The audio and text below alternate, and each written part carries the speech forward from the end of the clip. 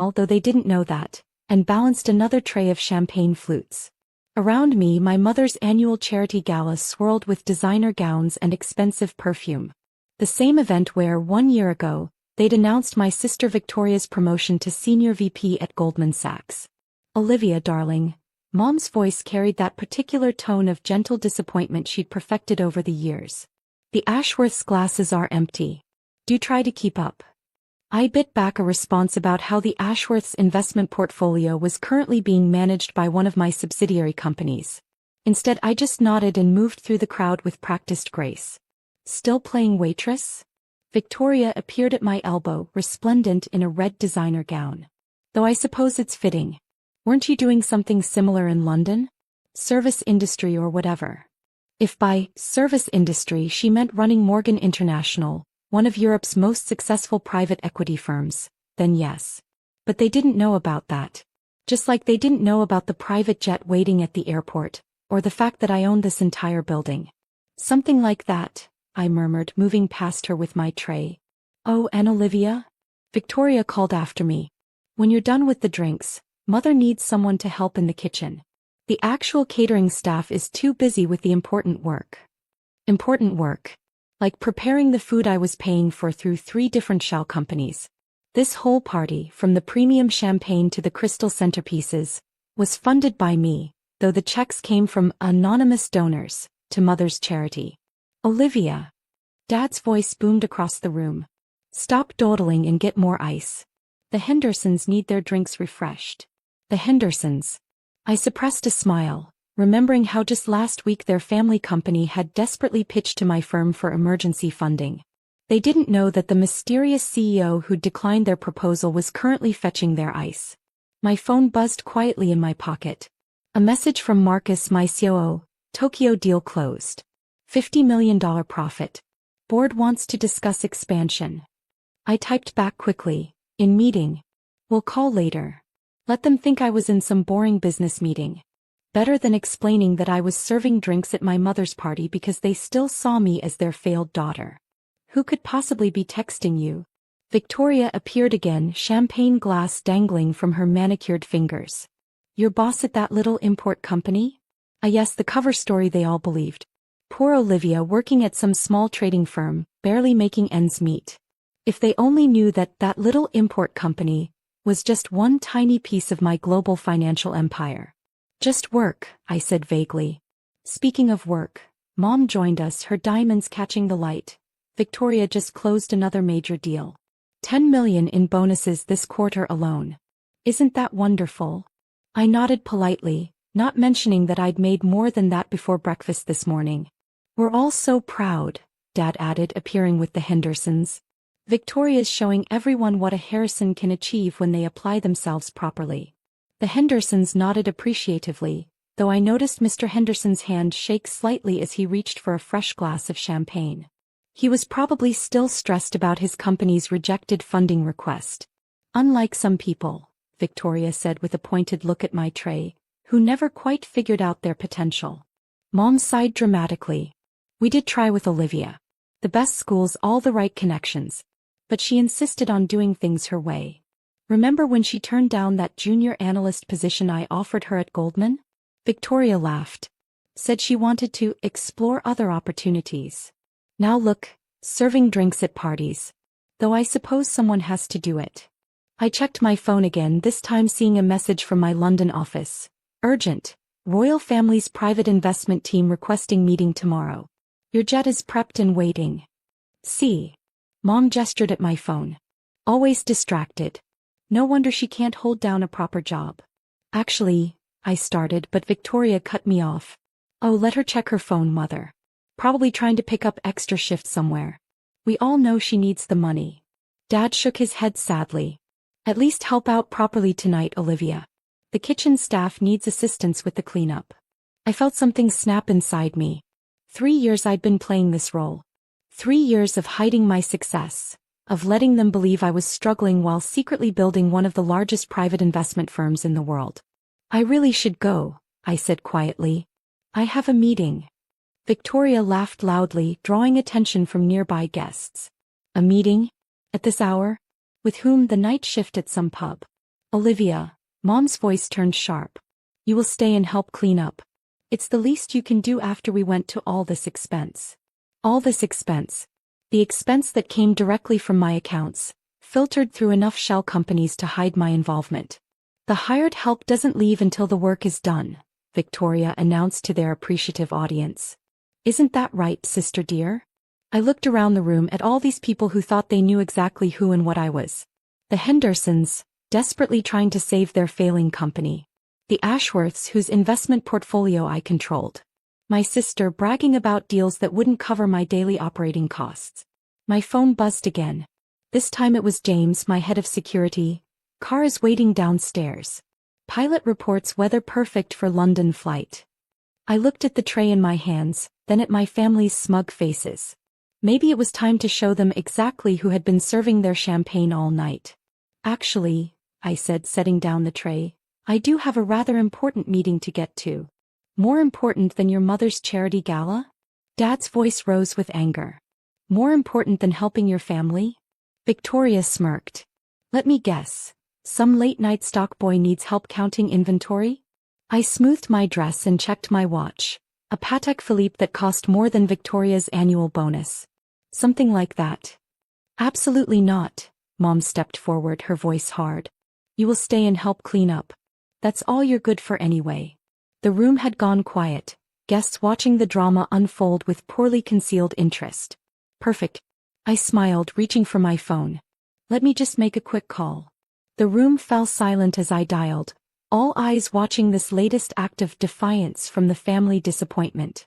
Victoria's smirk grew wider, probably anticipating another humiliation for her struggling sister. James. I said clearly into the phone. Please come up. And bring the contracts for the Henderson merger with you. Mr. Henderson's champagne glass froze halfway to his lips. The what? Before anyone could react, the ballroom's double doors opened. James, my head of security and right-hand man, entered in a perfectly tailored suit. Behind him came my full executive team, all of whom had been waiting downstairs for this moment. Madam, James bowed slightly. The private jet is fueled and ready. The royal family's investment team has moved tomorrow's meeting to breakfast at Buckingham Palace. They're quite eager to discuss the merger. You could have heard a pin drop in the ballroom. Victoria's smirk had vanished, replaced by confusion that rapidly turned to shock. Thank you, James. I turned to Mr. Henderson. I apologize for the deception, but I preferred to evaluate your company's potential myself before revealing my identity. Unfortunately, as CEO of Morgan International, I don't believe your current business model is sustainable. Morgan International? Mom whispered. But that's the largest private equity firm in Europe? I supplied. Yes, it is. Though we're actually global now. That little import company you've been mocking? Just one of our many subsidiaries. Dad's face had gone pale. That's impossible. You couldn't. Couldn't what? I raised an eyebrow. Couldn't build a multi-billion-dollar company? Couldn't become the youngest female CEO on the Financial Times 500? Or couldn't do it all while you thought I was serving drinks and counting inventory? Victoria stumbled slightly, grabbing a nearby chair for support. But I'm the successful one. I'm Senior VP at Goldman. Yes, about that. I nodded to another member of my team who stepped forward with a folder. Goldman's board approved our purchase of your division this morning.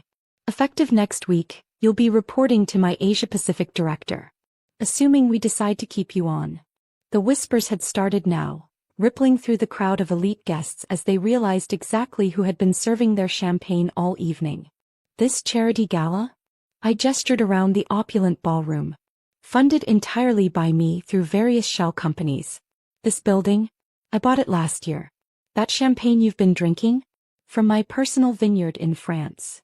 Mom sank into a chair, her perfect composure cracking. Why didn't you tell us? Would you have believed me? I laughed softly. You couldn't even believe I was capable of handling a junior analyst position. So I decided to let you keep believing what you wanted, right until you needed me. Needed you? Dad's voice cracked. The Henderson merger is just the beginning. Did you really think your company's sudden turnaround last year was due to good luck? Those mysterious investors who saved you from bankruptcy? All me. Victoria's face had turned an interesting shade of green. The London office. Those meetings you said you had were actually with me, a cultured British voice cut in. Everyone turned to see Lord Sheffield, one of Britain's most prominent financiers, enter the ballroom. Sorry I'm late, Olivia. Traffic from the airport was dreadful. Quite all right, Charles, I smiled. You're just in time for the revelations. Mom's eyes darted between me and Lord Sheffield, her social climbing instincts warring with her disbelief. You know each other? Oh, we're quite well acquainted, Lord Sheffield chuckled. Your daughter's firm handles most of the royal family's private investments. Brilliant mind for business. Though I must say I never expected to find her serving drinks at a party. That was my choice, I said calmly. I wanted to see how long my family would continue dismissing me, even as they lived off my success without knowing it. James stepped forward again. Madam, we should leave soon if we want to make the London meeting. Of course. I turned to my stunned family. I'd love to stay and help clean up, but I have a breakfast meeting at Buckingham Palace tomorrow. I'm sure you understand. Olivia, wait. Mom stood up shakily. We can talk about this. As a family. Family. I paused. Family doesn't treat their daughter like a servant. Family doesn't spend years mocking someone's career choices while secretly benefiting from their success. I smiled coldly.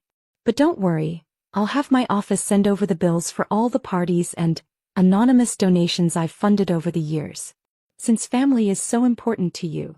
Victoria stepped forward, her earlier smugness replaced by desperate calculation. Sister, surely we can. Can what? Continue pretending you're the successful one? Keep acting like your banking job is the height of achievement. I shook my head. Enjoy your new position in our Asia-Pacific division. I hear entry-level analysts there work quite hard. As I turned to leave, Dad found his voice. You can't just walk away from your family. Watch me. I nodded to James, who opened the doors. Oh, and Victoria. Those clients you've been bragging about. They're all subsidiaries of my company. Might want to update your resume. The crowd parted as I walked through the ballroom, whispers and shocked murmurs following in my wake. Lord Sheffield fell into step beside me, barely containing his amusement. Quite a show, he murmured. Worth flying in for. Thank you for playing along, I replied quietly. The royal meeting detail was a nice touch. Oh, that part's real, he grinned. Her Majesty's quite impressed with your latest investment strategy. Though I doubt she'd expect her financial advisor to be serving drinks at parties. I laughed, stepping into the private elevator that would take us to my waiting car. As the doors began to close, I caught one last glimpse of my family. Mom collapsed in her chair, Dad staring blankly into space, and Victoria frantically typing on her phone, probably trying to save her job. James, I said as we descended, make sure the cleaning crew gets a generous bonus. After all, I smiled, thinking of Victoria's earlier sneer, someone has to serve the drinks. Later that night, as my private jet crossed the Atlantic, I scrolled through the messages flooding my phone. News of my identity had spread quickly through the elite social circles my family so desperately wanted to impress. Mom, please, we need to talk. We never knew. Victoria, about that analyst position. Dad, the board wants to meet with you. I deleted them all and turned to the contracts spread across my desk. Let them sit with the knowledge that while they were mocking my career choices, I was building an empire. An empire they'd unknowingly depended on all along. Sometimes the best revenge isn't just proving people wrong.